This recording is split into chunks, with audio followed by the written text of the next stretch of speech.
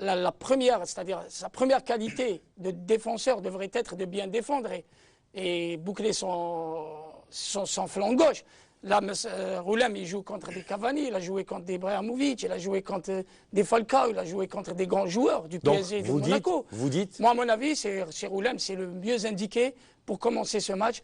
Notamment, on aura besoin de lui, notamment pour donner de bons centres à Islam Slimani. Vous avez à peu près les mêmes sources, compétition et le buteur, Oui, concernant parce que Brahimi, c'était un peu prévisible. Et Taïder, qu'est-ce que vous dites pour Taïder? Taïder, sincèrement, moi je le vois bien sûr. S'il opte pour cette philosophie de jeu où il faut un arrière gauche qui monte beaucoup avec une couverture de Mehdi Lassène qui glisse à chaque fois pour faire la couverture. Je pense qu'il avait fait avec, comment il s'appelle, Nadir Belhadj quand il montait beaucoup. C'était beaucoup plus Lassène qui glissait à gauche pour fermer ce côté gauche. On jouait à 3 en défense. Voilà, 3, ce n'est pas le même contexte, mais ça peut paraître aussi, ça peut fonctionner aussi comme ça dans ce match-là. Donc, vous rejoignez Salim Saleh.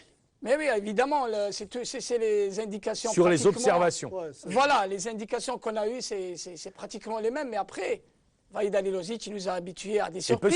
Il peut surprendre. Personne n'avait quand même prévu la titularisation de Yacine Kadamourou dès son premier match face à la Gambie. Il était arrivé un petit peu en l'inconnu. Il avait 2-3 entraînements avec ses camarades. Donc Vahid est tellement imprévisible qu'on va attendre encore. Alors que va nous dire, pas coach Vahid, mais coach Bouali? Ben, je pense qu'il y a des critères de choix. Et pas de sélection, mais de choix pour le match. Parce qu'il est dans la réflexion, l'entraîneur national. Oui. On est la veille du match. Je vous pose la question avant de revenir à la réflexion. La veille du match, son équipe est arrêtée ou on continue à réfléchir encore? Non, c'est arrêté depuis déjà une semaine ou plus. D'accord. Donc il a tout dans sa tête. Là, on attend parce que des fois il y a des blessures, il y a des choses qui peuvent arriver même à l'échauffement. Mais ce qui se passe dans la tête de Vahid comme coach responsable de cette équipe nationale, il ne va pas s'amuser à essayer. Et là, le choix, ce n'est plus sur le physique ou la tactique ou la technique. Le choix, il se fait d'abord sur le mental. Qui sont les joueurs qui sont prêts mentalement pour aborder le match, pour aller arracher la qualification. Et là, il y a un atout important, c'est la connaissance du joueur sur le plan mental.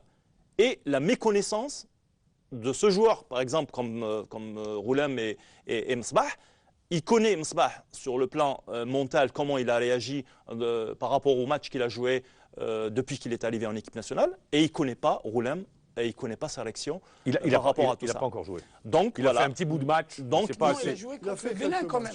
Il a fait le Bénin à Blida. Il a eu même une passe décisive, Roulem. Depuis, il a été écarté. Il a fait un bon match, je me souviens bien. Mais il a joué devant Msbah. Mais là, la position n'est pas la même. Il a été devant Msbah. C'est pour ça, dans cette position-là, non. Donc, moi, ce que je me dis souvent, en tant que supporter, maintenant, je réagis en tant que supporter. Nous, on veut le regard du technicien d'abord. Du technicien, moi, si j'étais coach de cette équipe nationale, j'aurais gardé Msbah. Mais lui, il a dit. Juste, rien n'est encore fait. Donc, vous dites, il garde Msbah. Sur le côté droit, Khaled. Là, le changement peut avoir lieu. Là, je pense Khaled, sur le plan défensif, c'est quelqu'un qui défend mieux que Mehdi Mustafa. Donc, sur le plan offensif, Khaled, il a quelque chose. Il a cette arme d'Algérien qui, comme Slimani, quand on lui a donné sa chance, pour prouver que le produit algérien aussi peut donner des satisfactions. Donc, je pense que Khaled peut faire l'affaire à la place de Mehdi. Est-ce qu'il va le remplacer ou pas? Parce qu'on a des indices. Khaled a joué juste avant le dernier match. C'est Khaled qui a joué en match amical. On l'a testé. Il l'a testé une fois en match amical. Et il a donné satisfaction. Face à la Guinée, il a été la grosse satisfaction. C'est ce qui ressortait en off des propos de l'entraîneur qui disait Khaled m'a donné satisfaction, notamment sur pourquoi il n'a pas fait jouer Ouaga? Non, il n'a pas fait jouer Ouaga parce qu'il avait titularisé quand même à l'intérieur, c'est-à-dire à Blida. Donc il a vu à Blida qu'est-ce qu'il vaut à domicile. Voilà, il a du métier. Il a du métier comme axial. Je suis entièrement d'accord. Mais comme latéral, peut-être qu'il est moins efficace sur les centres, sur les montées, sur les dédoublements. Ah, il a pas, lors du match amical, il n'avait pas dépassé la ligne médiane. Voilà, il est voilà, resté. C'est les consignes du coach. C'est les consignes. Pourquoi Mehdi Mustafa est monté à Ouaga? Non, pas du tout. On ne peut pas le voir devant. On ne peut pas le voir devant. Mustafa, il l'avait dit. Alors, on va Il l'a revenir dit, parce qu'il faut bien que quelqu'un tranche, c'est le coach. Alors, le coach, qu'est-ce qu'il dit? Moi, ce que je dis, si j'avais 2 mots à dire à mes joueurs, les latéraux, que ce soit Khaled, que ce soit Mehdi ou Ghoulam, je vais leur dire que les latéraux du Burkina ne peuvent même pas jouer chez nous en championnat. Voilà. Donc ils sont plus forts qu'eux et n'importe lequel des 4 joueurs qui va jouer va donner satisfaction et je pense qu'ils vont le faire. On reviendra sur la question des latéraux du Burkina. Je reste avec vous pour justement nous parler du milieu de terrain. Est-ce que vous pensez que coach Vahid va sacrifier Taider? C'est une possibilité? Je pense que la clé du match à Mamar, donc ça va se jouer sur la conservation de la balle. Si on va conserver, priver si on va les Burkinabés du ballon. Voilà, donc si on va le garder, on va réussir notre match, on va gagner et on va se qualifier. Mais si on va laisser le ballon pour les Burkinabés, ils sont très dangereux, ils sont habiles, ils sont techniques, ils sont tellement rapides que des fois on a de la difficulté à les arrêter. Maintenant, je pense que le choix des joueurs du milieu, ça va se faire par rapport à leur maîtrise technique collective. Donc, le choix va se porter sur des joueurs qui sauront garder le ballon, qui auront cette personnalité de garder le ballon quel que soit l'adversaire. Et là, je pense le choix sera déterminant pour quelqu'un comme Lassène. Je pense qu'il aura une grande chance d'évoluer dès le départ. On attendra pour voir le 11 rentrant. Alors également, autre point important dans cette confrontation, l'impact physique. Les Burkinabés vont essayer d'imposer justement leur force physique, leur impact physique. Ça peut faire la différence. On l'a vu par exemple lors du match Ukraine-France, où les Ukrainiens ont imposé une agressivité, un impact physique qui a été... C'est l'envie. En fait, c'est l'envie de gagner qui sera déterminant. Vous avez bien cité l'exemple d'Ukraine-France, où on avait vu une équipe ukrainienne qui avait envie de gagner, ou une équipe de France qui jouait au football. C'est à ce niveau-là où ça s'est joué. Moi, je pense que avec le soutien, l'ambiance qui sera au niveau du stade, il n'y a aucun doute sur l'engagement à 200% quelle que soit l'équipe qui sera alignée. Pourquoi je pose la question de l'impact physique? Parce qu'il faut le dire, ils sont puissants. Athlétiquement, ils sont puissants et ça peut être une de leurs forces à ces Burkinabés. Oui, c'est tout à fait vrai, ça. Je pense que, quand vous voyez l'engagement mis toujours par les équipes africaines, elles ont cette faculté d'imposer le jeu physique sur tous les duels au milieu de terrain notamment. Et c'est pour ça que je pense que le coach Vahid pense toujours à introniser Hassan Ibda d'entrée, parce que lui, qu'on le veuille ou pas, il est l'un des meilleurs milieux de terrain algériens qui sont là, présents physiquement, capables aussi de jouer à terre le ballon et de le faire relancer assez rapidement. Donc, je pense que ça va se jouer sur l'impact physique, notamment dans les premières minutes, parce que je pense que le Burkina ne va pas venir ici pour nous voir jouer. Ça, c'est même le coach Vahid l'a expliqué aux joueurs. Il leur a clairement expliqué que cette équipe va essayer d'absorber notre force des premières 20 minutes, c'est-à-dire mettre du physique, mettre de l'impact physique et aussi faire circuler le ballon assez rapidement et remonter le terrain de manière à ce que les Burkinabés n'arrivent pas à développer leur jeu. Là, je pense que Paul Put a bien vu ça, il l'a déclaré, il a dit voilà, j'ai vu cette équipe, beaucoup de choses dans cette équipe algérienne se passent durant les premières 20 minutes. Et c'est là, je pense, la grande appréhension du coach Vahid. Il va tout mettre en œuvre pour éviter de perdre les ballons au milieu de terrain. Et quand on parle de perte de ballon, c'est pratiquement, et souvent, c'est dans les duels à terre. C'est tous fait, tous. Voilà, c'est dans les duels à terre et les duels aériens qu'il faut vraiment mettre de l'impact là. Et c'est là qu'il faut s'attendre à une grosse bataille dès l'entame du match. C'est l'avis d'un journaliste, quoi. Bah, c'est l'avis d'un journaliste qui est sur le terrain et qui voit les matchs et qui regarde et qui vit le football. Et qui vit le football. Fouad Bouali, qu'est-ce que vous dites? L'impact physique, ils vont imposer ce combat, les Burkinabés? Bah sûrement. On a parlé tout à l'heure de la conservation et de la possession. C'est dans ce sens. Le football moderne actuellement se base sur la possession et la conservation.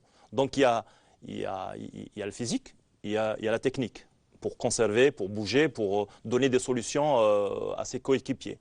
Mais je pense, pour détruire une équipe, quel que soit son physique, c'est justement la priver du ballon. Donc à ce moment-là, on ne va pas rentrer en duel avec l'équipe burkinabèse, ou burkinabé, je ne sais pas comment, voilà, burkinabé. Donc la meilleure façon, c'est de conserver et être mobile. À ce moment-là, quel que soit leur physique, voilà, quel que soit leur physique, on peut trouver des solutions parce qu'on va jouer, on va s'occuper de notre jeu et trouver des solutions avec un jeu rapide. Comme on a des attaquants qui sont rapides, il y a Farouli qui est rapide, il y a Soudani qui est rapide, Brahimi aussi, Slimani aussi qui va vite. Quand il est lancé, il va vite. Donc, vous le connaissez, vous l'avez eu. Oui, voilà. donc, je pense qu'il ne faut pas trop penser à l'adversaire, comment il joue, comment il fait, est-ce qu'il est physique ou pas. C'est notre équipe nationale, on la connaît, on connaît nos carences, mais on connaît aussi nos forces. Donc, sur nos forces, on doit construire quelque chose pour aller chercher cette qualif. On reste encore sur ce match Algérie-Burkina Faso. On va décrypter, analyser, voir un petit peu, faire éventuellement émettre des hypothèses sur la qualité des uns et des autres. On revient tout juste après une page de pub. Eh bien, on revient donc pour rappeler, la star, c'est l'équipe. Il y a Ali Lozic et il y a l'équipe. Oui. C'est ça, pour résumer la situation. Et l'équipe, mais c'est aussi un rappel à l'ordre de l'équipe. Si vous êtes gonflé par la presse, je vois que vous êtes gonflé, meilleur truc, moi, vous ne me faites pas peur. Pour moi, vous êtes juste moyen. J'ai connu mieux. C'est le message. C'est un appel à la lucidité. Ne soyez pas dupes de votre valeur. Remettez-vous en cause, remettez-vous en question et jouez à fond votre chance. Tout simplement. On est à 48 heures du match. Je vous pose la question. On sent une confiance. On joue au stade Mustapha Tchaker. L'Algérie a toujours réussi de bons résultats. Elle a déjà arraché sa qualification. Rappelons-le, c'était pour le dernier tour en 2009 face à l'Égypte. On a toujours gagné. Il faut marquer un seul but. Toutes les conditions sont réunies. Est-ce que vous pensez que la qualification peut nous échapper? Moi, je l'ai dit depuis que nous avons pris connaissance de l'adversaire de l'Algérie. Si l'Algérie ne passe pas, ce sera un grand scandale. Parce que vraiment, il n'y a aucune excuse. Le match allait se dérouler dans de bonnes conditions. Okay. Les Algériens ont été chouchoutés, dorlotés, ils sont partis par vol spécial. L'accueil était magnifique. Le match chose qui est normal, vol spécial, c'est l'équipe nationale. Oui, ok, d'accord. Au retour, ici, on va jouer à domicile avec un public presque exclusivement algérien. Il y aura une poignée de supporters burkinabés. Toutes les conditions sont réunies. Ferveur populaire, soutien populaire. Même les joueurs, hier, ils ont été vraiment ébranlés, touchés par la bousculade qu'il y a eu pour l'achat des tickets. On aurait pu s'en passer, on va y revenir, on aurait pu s'en passer, oui, sincèrement. Mais, je veux dire, il n'y a aucune excuse. Alors, si l'Algérie n'arrive pas à battre le Burkina Faso, elle ne mériterait pas vraiment... On l'a très bien compris, Khalid. Hamid. Moi, je pense que tout est affaire de mental, je l'ai dit. C'est même pas une affaire de technique, de stratégie de jeu, etc. Et je pense que Chico va me donner raison, n'est-ce pas? Moi, je pense que c'est une affaire de mental. Si l'équipe est bien préparée mentalement, nous allons nous qualifier. Si on perd, et je ne rejoins pas mon ami Farid, on le doit qu'à nous-mêmes. Et pour moi, ce n'est pas un scandale, Farid. Si l'Algérie perd, c'est qu'elle ne méritait pas de partir. De participer à un mondial. Tout simplement. Alors, ça va se passer sur le mental, parce que des matchs pareils, il faut une grande concentration, une grande rigueur. Donc on a les moyens de battre cette équipe, mais ça ne va pas être un match facile, Ammar. Ça va être un match difficile. Il existe aujourd'hui des matchs faciles, il n'y a plus de matchs faciles. Je sais bien qu'il n'y a pas de match facile, mais même le Burkina Faso, c'est une bonne équipe. Finaliste la dernière Coupe d'Afrique. Finaliste de la Coupe d'Afrique. Les matchs, elle parle de lui-même, ses résultats. Donc c'est une équipe à prendre très au sérieux. Mais si on se concentre très bien sur ce match, sur le plan mental, je pense qu'on a le droit de passer au mondial. Oui, pardon, oui. Quand je parlais de scandale, ce serait un scandale, c'est par rapport aux moyens mis à la disposition de l'équipe nationale. Par rapport à d'autres sélections, l'Algérie a bénéficié de moyens dignes des grandes sélections mondiales.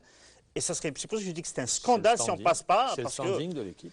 Oui, c'est standing, mais quand même, le Burkina Faso, avec tous mes respects que je dois à cette sélection, à son peuple qui a été vraiment hospitalier, magnifique, le Burkina Faso reste le Burkina Faso, l'Algérie est un cran au-dessus, elle doit passer logiquement. Le football, ce n'est pas une science exacte. Le football, ce n'est pas une science exacte, on l'a vu. Qui aurait dit que le Sénégal allait battre la France, champion du monde en 2002, qui aurait dit que l'Algérie allait battre la RFA en 82. Donc ce n'est pas une science exacte. Et il y a cette envie, il y a cette grinta également qui va caractériser. C'est pour ça que je rejoins Hamid Ghili quand il dit que ça va jouer au mental. Parce que les Burkinabés également, ils rêvent d'une première participation à un mondial. Tu sais ce qui est rassurant finalement, et là je rejoins Farid, je me dis, ces joueurs n'ont pas faim. Très bien.